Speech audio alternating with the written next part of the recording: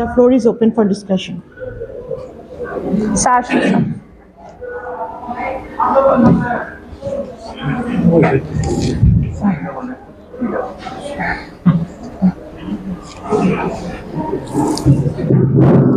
আচ্ছা, তোমরা যারা ইন্টার্ন আছো তারা কিছু কোশ্চেন বলো, তাদের কোয়ারি আছে। So the explanation is characteristic of malignant cells. So ma'am, why benign cells do not show the explanation and malignant cells does do? ওকে, বলো চন্দনা। কোশ্চেনটা কি করছে? স্যার, যে এক্সফোলিয়েশন ম্যালিগন্যান্ট সেলে বেশি হয় কেন? নরমালি আমরা ক্লিনিক্যালি সাসপেক্টেড যে লেশনগুলো ওইগুলো আমরা নিই। না না না, এক্সফোলিয়েশন বেশি হবে। বিনাইনটা মালিগন্যান্ট। ও বিনাইনও হয়। ম্যালিগন্যান্ট বিনাইন হয় না কেন? হয় তো হয় না, আমি বলছি বিনাইন ম্যালিগন্যান্ট দুই ক্ষেত্রেই হয়, তবে ম্যালিগন্যান্টে বেশি হয়, ডিসকোয়েশনটা বেশি হয়, কারণ তাদের মাঝে যে ইন্টারসেলুলার ব্রিজিং যে সাবস্টেন্স থাকে সেটার আবার রিঅ্যারেঞ্জমেন্ট হয় এবং তাদের মধ্যে ডিসকোয়েশন হয়। এটা ম্যালিগন্যান্ট সেলের একটা ক্রাইটেরিয়া। অ্যাডহেসিভ মলিকুলার ক্যাডেরিনটা থাকে না, লস অফ ক্যাডেরিন, তখন মানে অ্যাডিশনের বদলে উল্টাটা হয়, ডিসগ্লোসড হয়, সেই জন্য এটা বেশি হয়।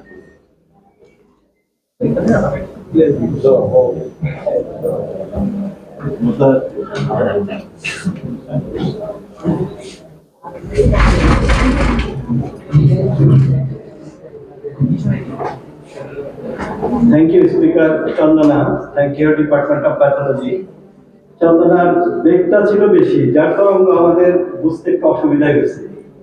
হ্যাঁ, বেগটা আর একটু কম থাকতে হবে। সময়।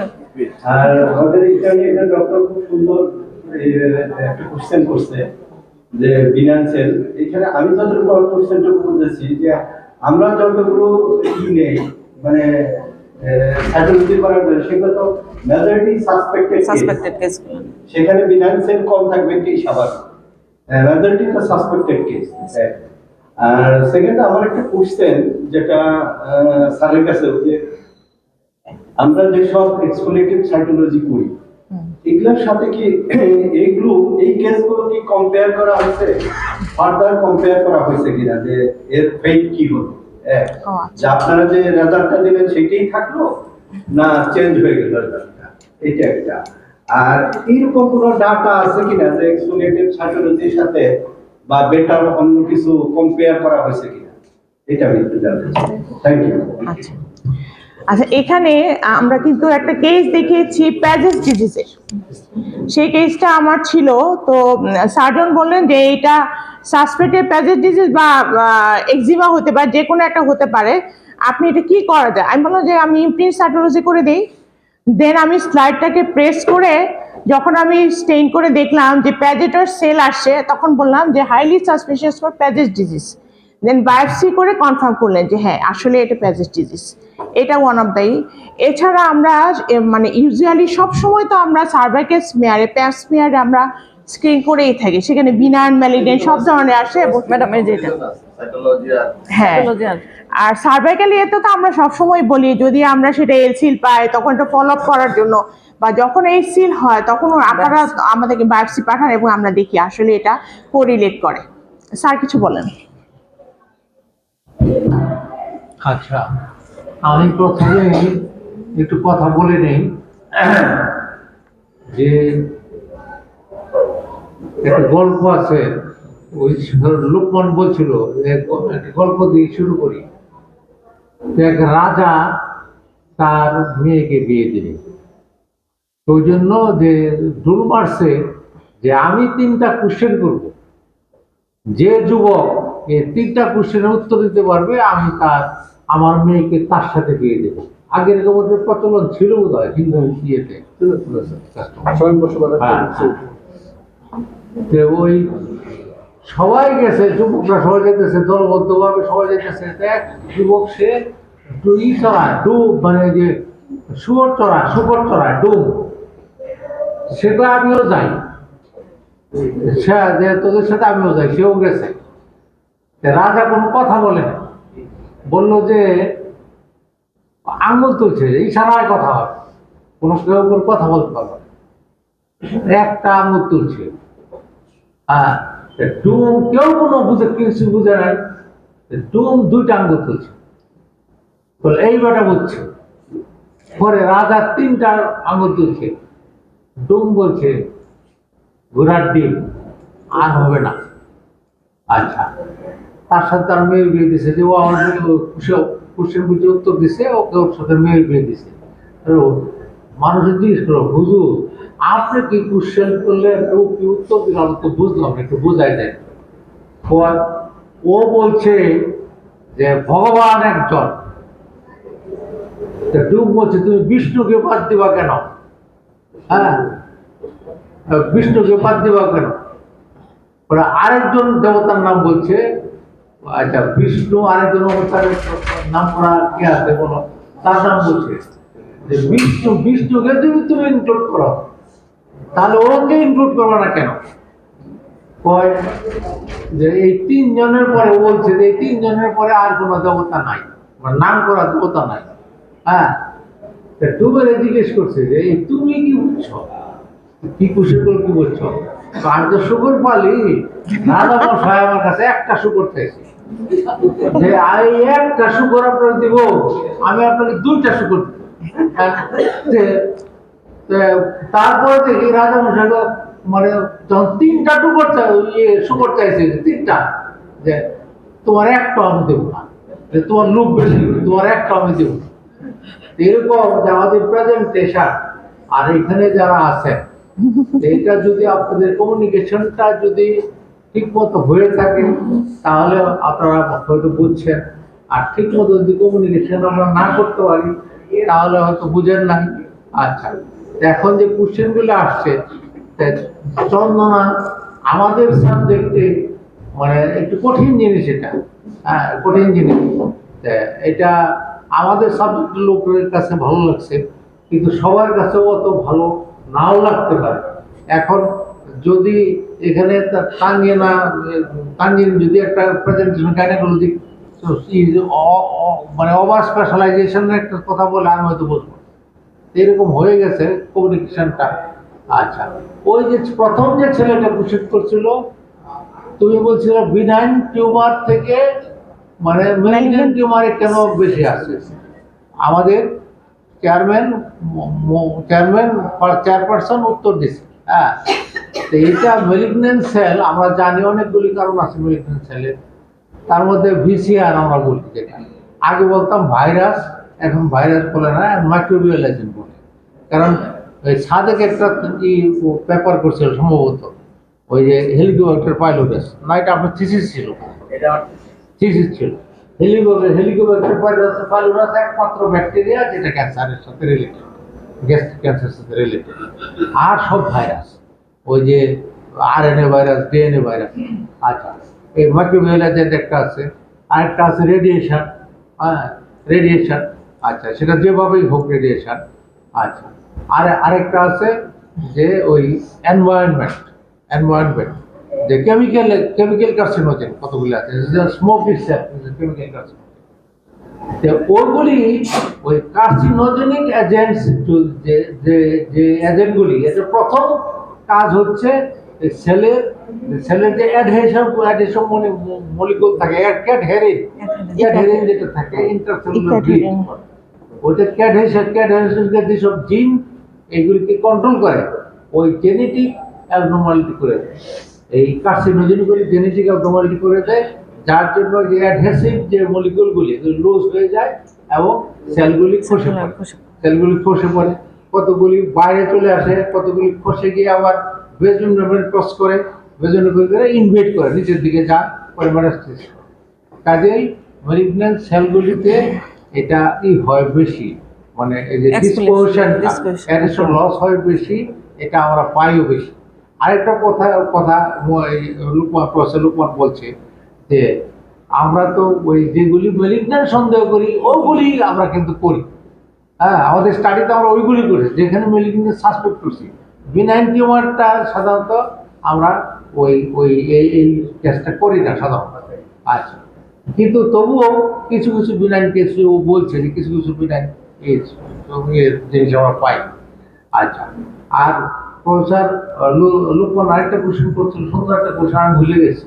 লোকমান ভুলে কম্পেয়ার ফলো ও কম্পেয়ার গুলি ওরা দেখাচ্ছে। আমরা যেটা জানি আমরা কম্পেয়ার করে দেখি। এক্সপোলিটিভ সাইটোলজি দিয়ে শুধু আমরা ওই ফাইনাল ডায়াগনোসিস দিই না, এটার সঙ্গে এক্সপোলিটিভ সাইটোলজি পজিটিভ থাকে, তখন আমরা নেক্সট স্টেপে যাই।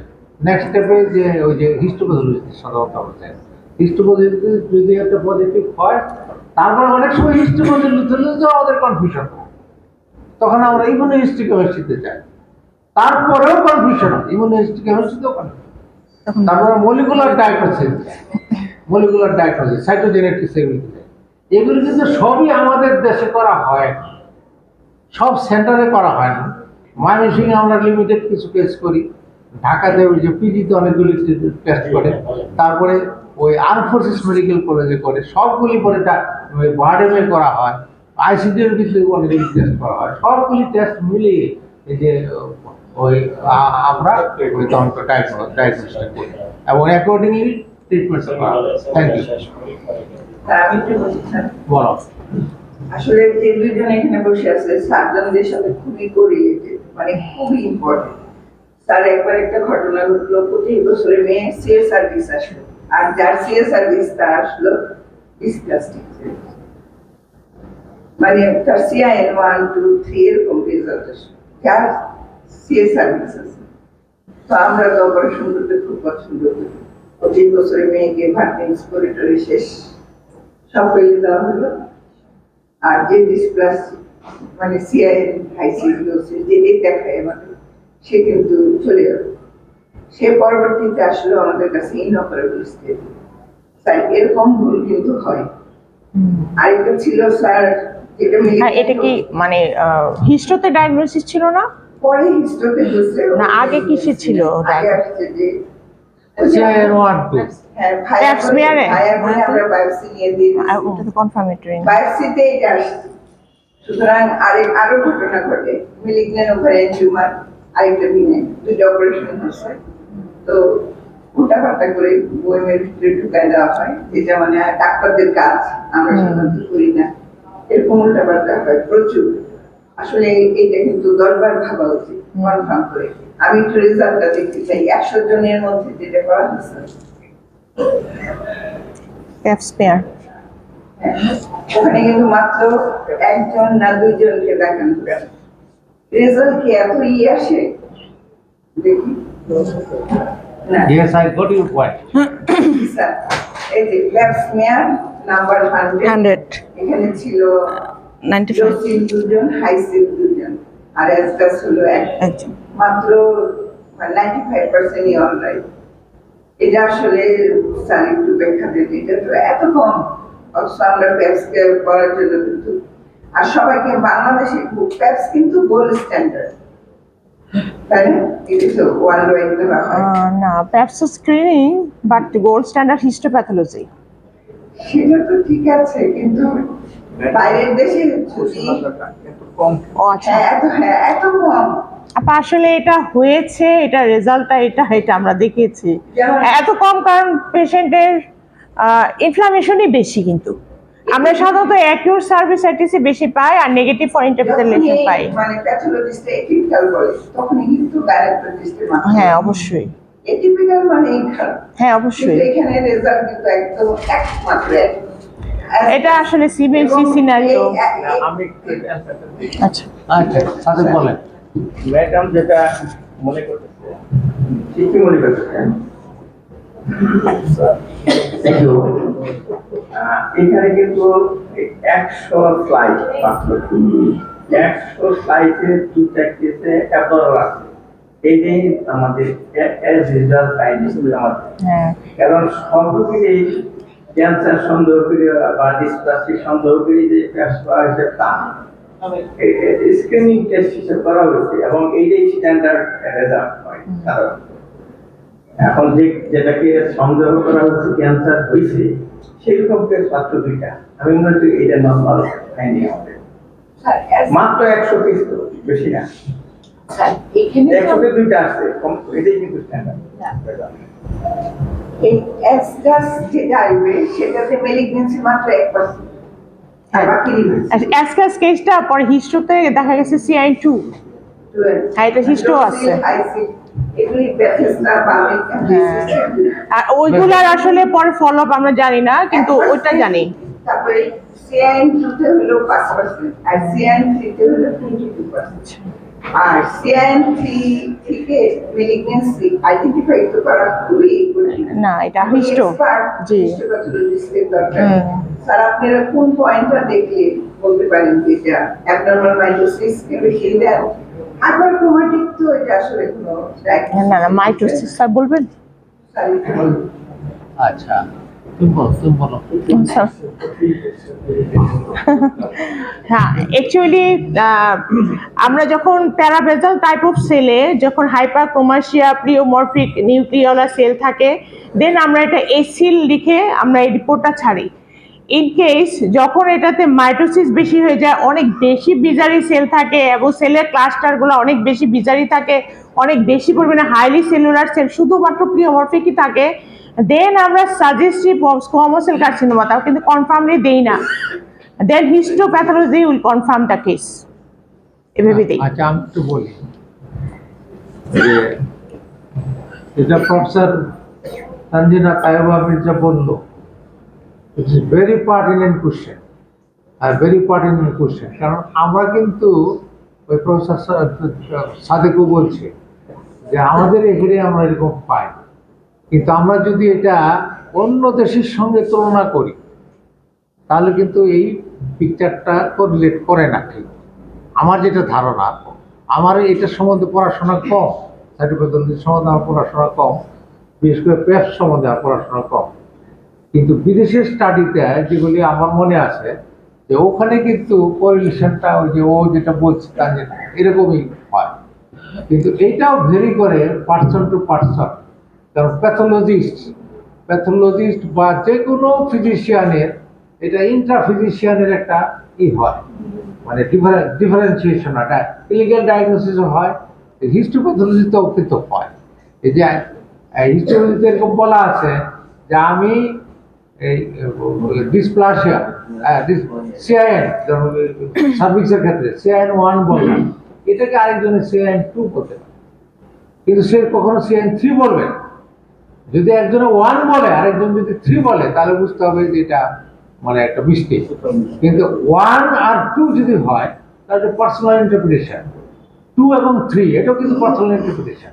হ্যাঁ, এরকম হয়। তো এটা ওই আমরা সবাই মিলে করি, তো অনেক সময় এটা ওই পার্সোনাল ভেরিয়েশনের জন্য রেজাল্টটা কিছু ভেরিয়েশন হয়। হ্যাঁ, দ্যাট মে বি ফ্যাক্টর। আরেকটা জিনিস যে আপনারা যারা ক্লিনিশিয়ান যারা পাঠান তারাও কিন্তু ঠিকমতো ইন্ডিকেশন, মানে অনেকে আছে রুগীর ইচ্ছা, অনেক রুগী আছে না এমনি পরীক্ষা করে আমাদের কাছে এসে করে, স্যার এমনি আমারই করে দেয়, হোল বডি চেক আপ করে দেয়। আপনাদের কাছে ওরকম আছে, আপনারা কিন্তু ক্লিনিশিয়ানটা অ্যাভয়েড করতে পারেন না, সে চাচ্ছে পরীক্ষা করতে, তাকে দেন। তো ওটাও কিন্তু যে পেশেন্টের সাইকোলজিক্যাল স্যাটিসফাই করার জন্য আপনারা দেন, ওটা হয়তো আপনি স্পেশাল এক্সপার্ট দেন না, যারা এক্সপার্ট না বা লোয়ার শুরু করছে, বিগিনিং প্র্যাকটিস শুরু করছে, তারা কিন্তু এটা করে। এটাও একটা ফ্যাক্টর হতে পারে। দুইটা ফ্যাক্টর, যে আমাদের প্যাথোলজিদের ইন্টারপ্রিটেশনের একটা প্রবলেম হতে পারে, আরটা হচ্ছে যে আপনারা যারা স্পেসিমেন সাপ্লাই দেন তাদেরও মানে র্যান্ডম স্পেসিমেন হয়ে যায়। সব স্বাস্থ্যক্ষেত্রে দেন না, ওটা কিছু মানে পেশেন্ট স্যাটিসফ্যাকশন। স্যার একটা কথা বলি স্যার। আচ্ছা, রিগার্ডিং প্যাসমিয়ার আমার এখানে একটু কথা আছে, আপনাদেরকে সম্মান রেখেই বলছি যে প্যাসমিয়ার স্লাইডে আমরা প্রায় এন্ডোসার্ভাইকাল সেল পাই না। তো এন্ডোসার্ভাইকাল সেল না পেলে কিন্তু আমরা এটাকে অবশ্যই লিখবো যে এটা ইভ্যালুয়েশনের জন্য যোগ্য না, এই স্লাইডটা ফিরিয়ে দিব। সেক্ষেত্রে কিন্তু পেশেন্ট সমস্যা ফিল করবে, ডাক্তারও একটা সমস্যায় পড়ে, যার ফলে আমরা কিন্তু রিপোর্টটা দিয়ে দিই as a cervicitis, inflammatory cell কি আসছে না আসছে, এবং এক্সোসার্ভাইকাল সেল অনুযায়ী এটা আমরা দিয়ে দিতে বাধ্য হই। এটাই এখানে আমাদের ব্যর্থতা আছে। যে ব্যাপস মানে কি, প্রথমে স্কোয়ামো কলামিনার জাংশন থেকে 360 ডিগ্রি ঘুরায় নিতে হবে, তারপরে সাইটোব্লাস্ট থেকে এন্ডোসার্ভিস থেকে নিতে হবে। আমাদের নলেজের গ্যাপের জন্য দুনিয়ার এটা শিখতে পারে না, এবং প্রায়ই কিন্তু এটা হয়। আমার এখন আরেকটা প্রশ্ন, এই যে এক্সফোলিয়েটেড সাইটোলজি ভ্যাজাইনাল সার্ভিস থেকে নিছে, ও একটা কমপ্লিকেশন দেখাচ্ছে হিমোরেজ, এরকম কি হয়? হ্যাঁ, হ্যাঁ। Exfoliated cytology বিশেষ করে সার্ভিক্স আর বেশি হয়। সার্ভাইকালি এটা যখন নেয় প্রায় তো দেখা যায় স্লাইডের মধ্যে ব্লাড এবং ইয়েতে ব্লাড আসে, কিছুক্ষণের জন্য হেমোরেজ হয়, বা একটু ঘষাটা যদি একটু বেশি লাগে হেমোরেজ হয়।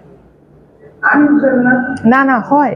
না শোনো আচ্ছা এটা একটা আমি বেরি করছি তোমার আই একটু মেনস্ট্রুয়েশনে আচ্ছা হেমোরেজ কথাটা কি এক্সট্রাভার্সেশন অফ ব্লাড, এটা সার্টেন অ্যামাউন্ট অফ ব্লাড গেলে আমার হেমোরেজ করি, মানে একটু ব্লাড টিংস পাইলে যে ওই যে স্ক্যাপিং করতে গেলে একটু ব্লাডের একটু টিংস পেলাম কয়েকটা আর বেশি পেলাম, that does not mean haemorrhage, that does not mean haemorrhage. এটা আমাদের এর মধ্যেও ভুল হতে পারে। আর ওটা স্ক্র্যাপিংটা যদি আপনাদের যে করতেছে সে যদি ওখানে মানে জোর খাটাইয়া করে তাহলে তো হবে। Sir, বলো বলো। thank you to the doctor for choosing a very nice topic. তোমাকে ধন্যবাদ শুরু করে দিচ্ছি।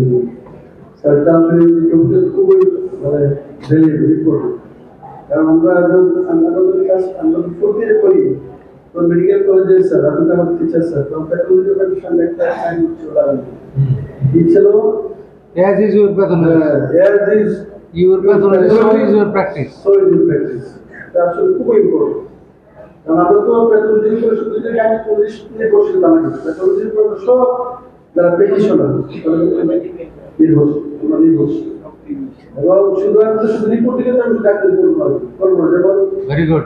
স্যার যেমন স্যার দেখতে স্যার আমার কথা শুনেন স্যার কয়দিন আগে আমরা টিভি পাইলাম না স্যার, এটা রোগী প্যাথোলজি রিপোর্ট আসছে অ্যাডিনো কার্সিনোমা, আমি করোনি আমি বায়োপসি রিপোর্ট আসছে অ্যাডিনো কার্সিনোমা, আমি ক্লিনিক্যাল আমার কাছে কেমন হয়েছে সেই সব আনসার দিতে হয়ে গেছে। আমরা কি অ্যাডিনো কার্সিনোমা চিন্তা করি আমরা কি সার্ভে কাছে পাঠাইছি কাটা ভালো একটা হয়তো কি করছেন না স্যার পরে আমি সার্ভে দেখেছি আর এখানে যারা আছে দুনিয়া যারা বড় দেখছে তারপর তাকে চিকিৎসা দিচ্ছে আলসা করে দিচ্ছে তুমি চিকিৎসা রেসপন্স করছে বিলি বন্ধ হয়ে গেছে বিলি ভালো ওই বাচ্চারা ছিল তো দেখছি ওটা পেটি দেখছে এগুলো তো ভালো লেগেছে। কাজে আমরা যে প্র্যাকটিসটা আমরা করবো যে এটা কিন্তু এমন না যে কাজে সেখানে পাঠালে 100% এই কেসটা যেমন না ডিআরসি করলে আমি 100% কি ডায়াগনোসিস তো যেমন এমআরআই করলে একটা ডায়াগনোসিস 100%, এটা কিন্তু চিন্তা করার আছে। এটা আমাদের দেশ কোনো পৃথিবী কোনো ফিজিশিয়ান 100% কারেক্ট ডায়াগনোসিস করতে পারে। ভেরি খুবই কঠিন সাবজেক্ট।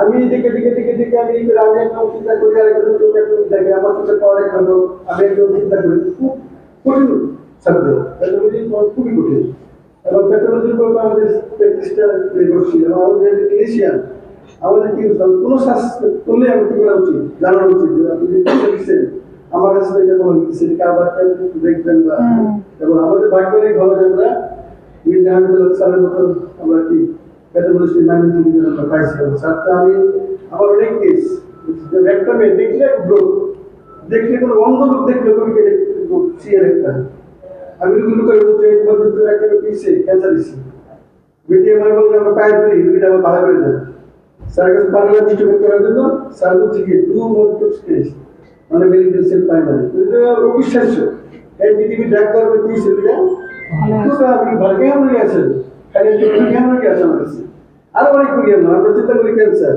দেখুন ব্লু এমটি টেস্ট করে আমরা পজিটিভ নিয়ে ডায়াগনোসিস ব্লু এমটি টেস্ট করলে এই বুঝি কি তার সঙ্গে হচ্ছে টিবি কেস হ্যাঁ তো কোনো পরীক্ষায় কিন্তু একটা পরীক্ষা করলে 100% এটা কিন্তু না স্যার আমাদের যে করণীয় আমাদের মনে যে কোনো ধরনের সন্দেহ হয় আমার এমন হচ্ছে 2 রোগী আসে ম্যানেজ করতে 2টা নামে দিয়ে হলো বুঝছেন একটা হলো নর্মাল একটা হলো সিএস কুমার রিপোর্ট নিয়ে গেছে ওটা বলতে ওটা রিপোর্ট গেছে ওটা ক্যান্সারটা থেকে নর্মাল হয়ে গেছে ক্যান্সার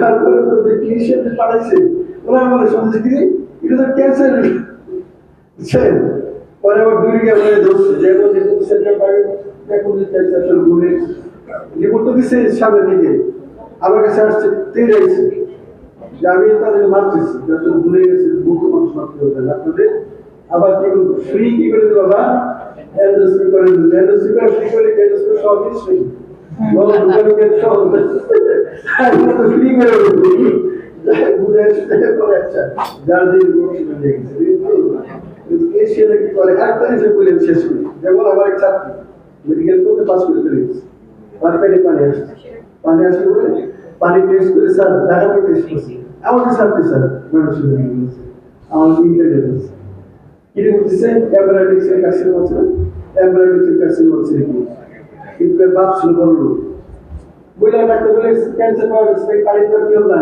পানি আসছে যাবে না আপনার তুলিটা ভালো হবে ওর বাপ ছিল বড় লোক বাপ বলে কি চলো মত বলে নিয়ে সিঙ্গাপুর যাবে ওই যে sure diagnosis case of tuberculosis anti TB drug was given patient to কি বলে কি হয় আর কি হয় না সাবজেক্ট দেখতেছে যে ওয়ান টিউব করে সাবজেক্ট একটু বিয়োগে বাচ্চা করে বাচ্চা হলে না করে কি করতে হবে সাবজেক্ট গ্রাফে তো বাইরে শিখতে হয় না ওই সাবজেক্ট রেজাল্ট আবার কি আবার সিঙ্গাপুর গেছে গেলে পরে যে দালাল পাঠাইছে দালাল ওই ডাক্তার বলেছে এটাকে কিন্তু আপনি কি করবেন এই টেস্ট করে দুদিন দুটো কি করবেন হসপিটালে ভর্তি রাখবেন সিঙ্গাপুর হসপিটালে একদিন ভর্তি করলে $1,000 তো বিল আসে 2 দিন থাকলে $5,000 $2,000 রুগী অনেক চালা যদি খবর নিয়ে দেখছে না এটা তো আউটডোরের পরীক্ষা অনেকবার ডাক্তার রিকোয়েস্ট করে বলতে পারেন কোন ডক্টর আমরা বাংলাদেশ প্লিজ ডোন্ট অ্যাডমিট আস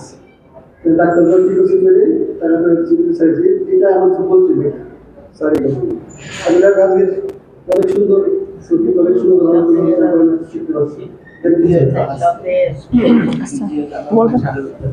আচ্ছা আমি একটা কথা বলবো যে আমি যখন অ্যাসিস্ট্যান্ট প্রফেসর প্রবাবলি তখন অ্যাসিস্ট্যান্ট প্রফেসর বা প্রফেসর মাত্র হয়েছে এরকম স্টেজে আপনারা অনেকেই চিনেন আমাদের এই পেডিয়াট্রিক্সের শফিক ছিল ওই যে বাউন্ডারি রোডে মারা গেছে শফিকের মা ছিল বিদ্যালয় স্কুলের টিচার শেষে অ্যাডমিনিস্ট্রেশন হয়েছিল জানি না শফিকের মায়ের একটা পেরিটোনিয়াল ফ্লুইড ছিল হ্যাঁ তো প্রথম এইগুলি তখন আব্দুল হক স্যার আমাদের হেড বোধ হয় সম্ভবত আব্দুল হক স্যার হেড অথবা উনি চলে গেছেন এরকম একটা আমি যে দেখাবো আমার আর ওইরকম কলিগ পাচ্ছি না যে যাকে দিয়ে করে দেখাবো তখন কুন্ডু স্যারও ওই ঢাকায় মানে আমাদের সঙ্গে ছিল গুলাম রহমান স্যার ছিল আবু আহমেদ স্যার ছিল কিন্তু ওরা হিস্টোপ্যাথোলজিস্ট না আমি শফিকের মায়ের ওইটা পেটের এটা ওই অ্যাসিডিক ফ্লুইডটা পরীক্ষা করলাম আমার কিছু মনে হলো যে পেপিলারি কার্সিনোমা এই পেপিলারি কার্সিনোমা যদি হয়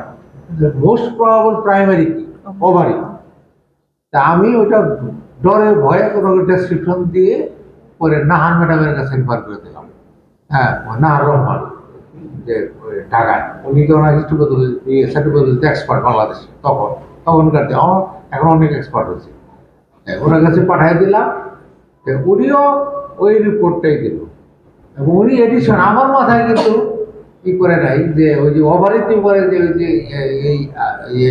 ওই যে টিউবার মার্কার করে যে টিউবার মার্কার ওই যে সিএস 125 এরকম দিয়ে 3টা মার্কার দিয়ে করে ওভারি অরিজিন নাকি ইন্ডাস্ট্রিয়াল অরিজিন এগুলি করে আমার মাথায় থেকে নেই ম্যাডাম ওইখানে ওইটা করার পরে আবার ওই মার্কারটা করেছে মার্কারটা তখন বাড়িতে মার্কারটা হইতো করে পরে শফিক কদিন পরে আসছে পরে আসে আমার কাছে বুঝা ভাই যে আমার আম্মা তো আপনি যেটা সন্দেহ করছিলেন আপনি তো আমার জোর করে টাকা পাঠিয়েছে ওরা আমি জোর করে ওপর নির্ভর করেন না মানে সাসপেকশন পাঠাইছি আপনি যেটা তো আবার জোর করে পাঠায় ভালো করছেন হ্যাঁ যে ওটা তো ওই ওভারিয়ান প্রাইমারি এবং ওটা অপারেশন করছে ঢাকা দিয়ে আমরা অপারেশন করছি এবং ওই পেপিলারি কার্সিনোমা হতে পারে তো এরকম কিন্তু হয় কারণ অনেক সময় আমরা রিফার করি অনেক মনে করে যে ওই রুগীর বোধহয় একটু শিক্ষা দেওয়ার জন্য আমরা রিফার করি এটা কিন্তু করি না কিন্তু আমরা ইউজুয়ালি করি না কিন্তু এই জিনিসগুলো কিন্তু হয় হ্যাঁ এই জিনিসগুলো কিন্তু হয় আর আমরা তো হিউম্যান বিং আমি তো এটা বললাম আমাদের প্যাথোলজির অনেক কনফারেন্স আমি অ্যাটেন্ড করছি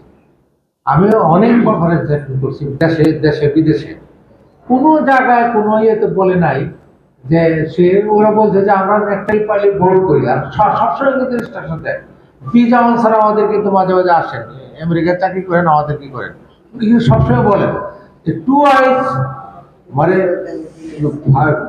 6 eyes or 8 eyes are always good than 2 eyes আমার 2টা চোখ আমার 2 চোখের যদি আমরা 8টা চোখ দিয়ে দেখি, 8টার জন্য যদি দেখি, ওটাও বেটার হবে। তা আমরা অনেক সময় এই জন্য কনসাল্ট করি আমরা। আচ্ছা, ঠিক আছে, থ্যাংক ইউ। তো এটা ক্লিনিশিয়ানদের আপনাদেরকে রিকোয়েস্ট করবো যে আপনারা একটু ডিটেলস হিস্ট্রি দিয়ে, প্রিভিয়াস হিস্ট্রি দিয়ে, অনেক সময় যে প্রিভিয়াস একটা আমরা লিম্ফ নোডে একটা মেটাস্টেসিস পাই, কিন্তু প্রাইমারি সেক্টর যারা ক্লিনিশিয়ান তারা কিন্তু জানে, তারা বলে না কিছু। লিম্ফ নোডটা পাঠাই দিল, আমরা মেটাস্টেটিক টিউমার মানে মেটাস্টেটিক কার্সিনোমারে বলতে পারি, কিন্তু কমার্শিয়াল কার্সিনোমা নাকি অ্যাডেনোকার্সিনোমা ওটা অনেক সময় বোঝা যায়। এটা যদি প্রাইমারি সেক্টর বলা হয়, ইমিউন ইনভেস্টিগেশন আমরা করতে পারি না এখানে, করলে আমরা আরও ভালো ডায়াগনোস করতে পারবো। আর এক্সপোলিভ সাইটোলজির আমাদের বলার উদ্দেশ্য হচ্ছে এটা কিন্তু ইজি জিনিস, যে তোমরা যারা জুনিয়র আছো তোমরা এগুলি আমাদের কাছে পাঠাইবা। তো এটাতে তোমাদের মানে 100% না হলেও 50% তোমরা একটা ইনফরমেশন পাবা, মানে প্রাইমারি ইনফরমেশন পাইবা। ফার্স্ট ক্লাস একটা পরীক্ষা। হ্যাঁ, সেই জন্য thank you very much. Sir, না ম্যাডামের কথা স্মরণ করে দিয়ে ভালো চললেন।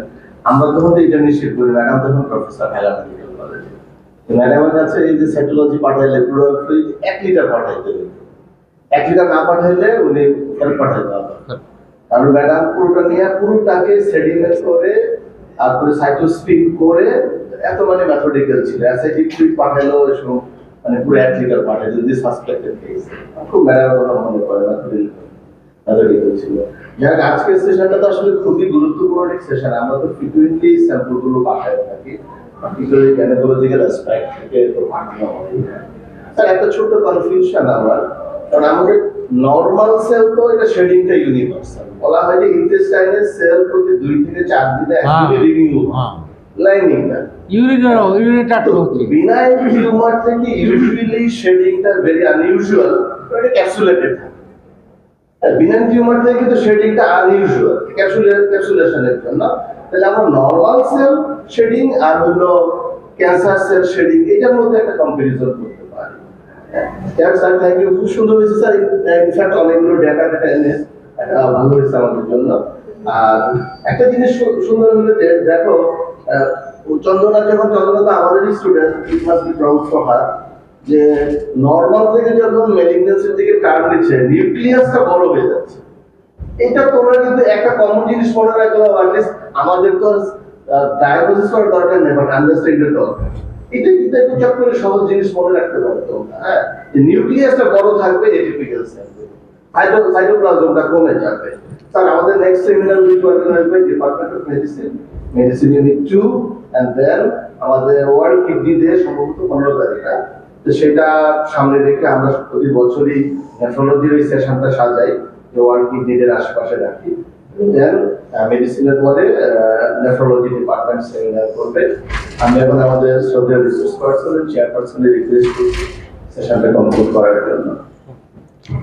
আচ্ছা, রিগার্ডিং রিপোর্টিং আমরা আসলে কতগুলো ভাষা ইউজ করি, সাজেস্টিভ, কম্প্যাটেবল। এখন সাজেস্টিভটা যদি কেউ ধরে নেয় যে না এটাই বলা হয়েছে, এটাই অ্যাডিনোকার্সিনোমা, সেটা কিন্তু বুঝতে হবে, এটা আমার বলার বিষয়।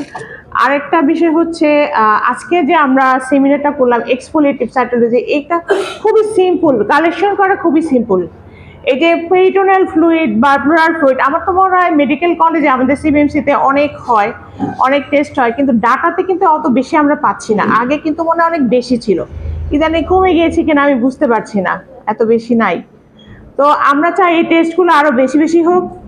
সবাইকে অগ্রিম ঈদের শুভেচ্ছা জানিয়ে আমি শেষ করছি। আল্লাহ হাফেজ।